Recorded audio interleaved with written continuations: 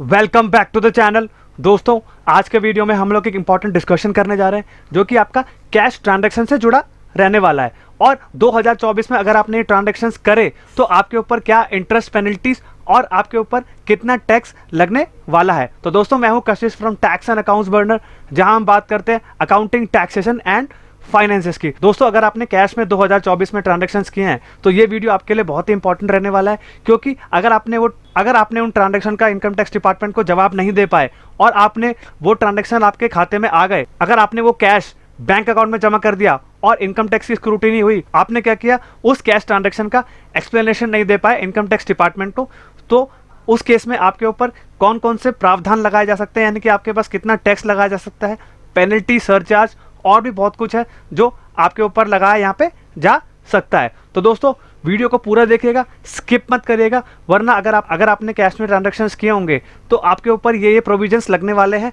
और ये आपके ऊपर पेनल्टीज भी लगने वाली है अगर आपने 2024 में ये ट्रांजैक्शंस किए हुए हैं। तो पहला पॉइंट दोस्तों आपका आता है। अब दोस्तों, यहाँ पे हम लोग पहले पढ़ लेते हैं कि इनकम टैक्स डिपार्टमेंट क्या बात कर रहा है कैश से जुड़े ट्रांजैक्शंस के बारे में। Where any sum is found credited in the books of accounts of assessee maintained for any previous year. अब दोस्तों, आपने कोई बुक्स ऑफ अकाउंट्स बनाए या आपके बैंक अकाउंट में कोई भी कैश ट्रांजैक्शंस क्रेडिट हुए, आपने क्या किया, वो कैश तो जमा कर दिया, लेकिन क्या हुआ, अब नेक्स्ट पॉइंट आपका आता है। अब assessee offers no explanation about the nature and source, और असेसी ने क्या किया, कोई भी एक्सप्लेनेशन उसके नेचर और सोर्स के बारे में नहीं बता पाए। And explanation offered by the assessee is not satisfactory in the opinion of the assessing officer, यानी कि और क्या किया, एक्सप्लेनेशन तो दिया, बट क्या किया, जो असेसी ने एक्सप्लेनेशन दिया था वो क्या हुआ, असेसिंग ऑफिसर के क्या है ओपिनियन में वो सेटिस्फैक्टरी नहीं है। आपके ऊपर कौन कौन सी पेनल्टीज लग सकती है वो हम लोग देख लेते हैं। आपके पास कितना टैक्स लग सकता है, कितनी पेनल्टीज लग सकती है और आपके ऊपर कौन कौन से और भी प्रावधान लग सकते हैं। दोस्तों, आपने क्या किया, वो कैश को क्या करा, अकाउंट्स में यहाँ पे दिखा दिया। अब नेक्स्ट आपने क्या करा, आपने कैश तो नहीं दिखाया बट आपके ऊपर छापेमार हुई तो आपके घर में ये कैश पाया गया। अब कौन कौन से आपके ऊपर टैक्स लग सकते हैं और पेनल्टीज लग सकती है वो हम लोग देख लेते हैं। दोनों केस में दोस्तों आपका 60% का टैक्स लगेगा उसके ऊपर, चाहे वो अकाउंटेड हो चाहे वो अनअकाउंटेड हो। सरचार्ज दोनों के केस में दोस्तों सेम रहने वाला है, 25% ऑफ अबव, यानी उसके ऊपर 25% का आपके ऊपर सरचार्ज भी लग जाएगा। टोटल आपका हो जाएगा यहाँ पे 75% आपका अबव हो जाएगा। अब इसके ऊपर क्या होगा, आपका 75% के ऊपर 4% का सेस लग जाएगा। टोटल यहाँ पे आपका बनेगा अकाउंटेड इन द बुक्स बनेगा आपका 78%, और इसके केस में भी आपका नॉन अकाउंटेड के केस में 78% बन जाएगा। अब एडिशनल आपका होगा यहाँ पे, अगर आपने कैश को अकाउंट नहीं कर रखा था और आपके घर में ये कैश पाया गया तो उसके केस में क्या होगा, आपके ऊपर एक एडिशनल पेनल्टी लगाई जाएगी, वो हम लोग देख लेते हैं।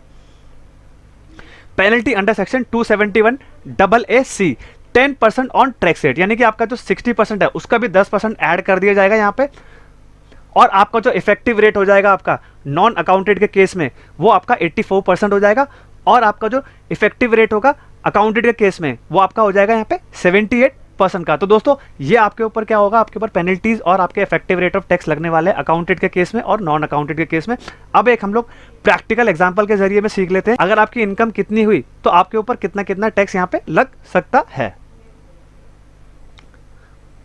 अब सपोज करिए दोस्तों, हमने क्या एग्जाम्पल लिया है, कैश अकाउंट कर दिया, तो क्या होगा, आपका कैश अकाउंट यहाँ पे आया आपका 3 लाख रुपए का, टैक्स रेट आपका हुआ यहाँ पे 60% का, यानी कि उसका हो जाएगा 3 लाख का 60% 1,80,000 रुपए। सरचार्ज यहाँ पे लगा आपका 25% का 45,000 रुपए।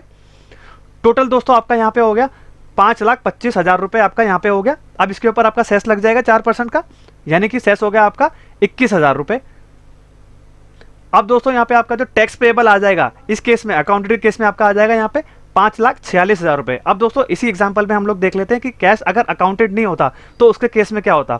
अगर आपका कैश अकाउंटेड नहीं होता तो 3 लाख का आपका यहाँ पे 10% और पेनल्टी आ जाती, यानी कि 30,000 रुपए और यहाँ पे हो जाता, तो आपका हो जाता यहाँ पे 5,76,000 रुपए का आपको क्या देना पड़ता, यहाँ पे कैश अनअकाउंटेड केस में आपको देना पड़ता। तो दोस्तों, आई होप आपको समझ में आ गया होगा कि 2024 में अगर आपने कैश में ट्रांजैक्शंस किए हैं तो आपके ऊपर कौन कौन से टैक्स, सरचार्ज और पेनल्टीज भी लगाई जा सकती है। तो दोस्तों, अगर ये वीडियो इन्फॉर्मेटिव लगी हो तो चैनल को लाइक, सब्सक्राइब एंड शेयर कर दीजिए, और बेल आइकन भी प्रेस कर दीजिए, जिससे कि मैं आपके लिए ऐसे ही इंपॉर्टेंट वीडियोस लेके आता रहूं, जिससे कि आप ऐसे ट्रांजैक्शंस को बंद कर दे। और दोस्तों वीडियो पे कमेंट जरूर करिएगा, जिससे कि हम लोग वीडियो में सुधार लेके आए। I hope you like this video.